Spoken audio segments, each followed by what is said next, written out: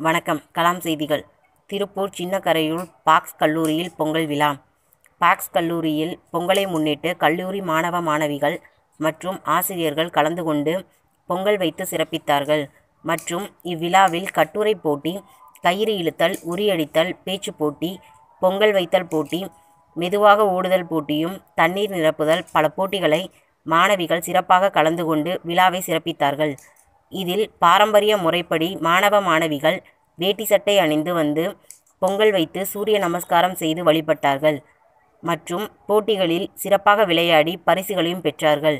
இவ்விழாவிற்கு முனைவர் ஞான செந்தில்குமார் அவர்கள் வரவேற்புரையாற்றினார். தலைமை கல்லூரியின் தலைவர் முனைவர் பி. ரவி அவர்கள் தலைமை வகித்தார்.